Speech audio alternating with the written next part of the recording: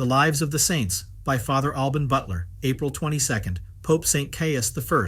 He succeeded St. Eutychian in the Apostolic See in 283. The Church then enjoyed a calm, but was soon after disturbed by a tumultuous persecution for 2 years on the death of Holiness.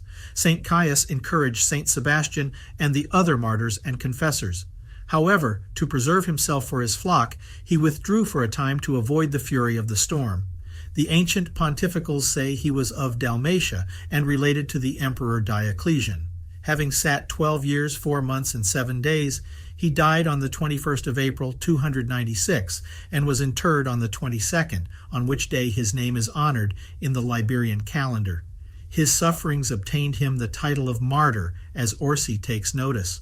What had not these primitive saints to suffer, not only from the persecutions of infidel princes and magistrates, but also from the ignorance, stupidity, jealousy, and malice of many whom they labored daily to gain to Christ, and from the manifold trials and dangers of so many souls in their dear flock, whom they bore in their hearts, and whose sufferings they felt much more severely than their own.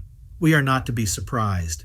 These were so many special effects of a most tender love and mercy in him, by whose providence these trials were sent them. They were the steps by which their souls were raised to the summit of perfect virtue.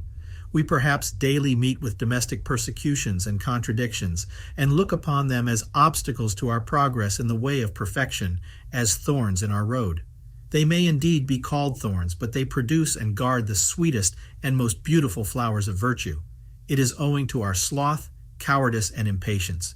It is our fault if they are hindrances of what they are designed by God to advance and perfect in our souls.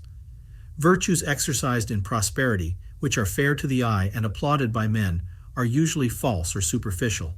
A perpetual spring would produce only leaves and flowers and bring no fruit to maturity. To understand the incomparable value and merit of the little crosses of which we are so apt to complain, we must not lose sight of the saints. Those Christian heroes, of whom the world was not worthy, all suffered and were persecuted many ways. These crosses both purchased and ensured to them their greatest crowns.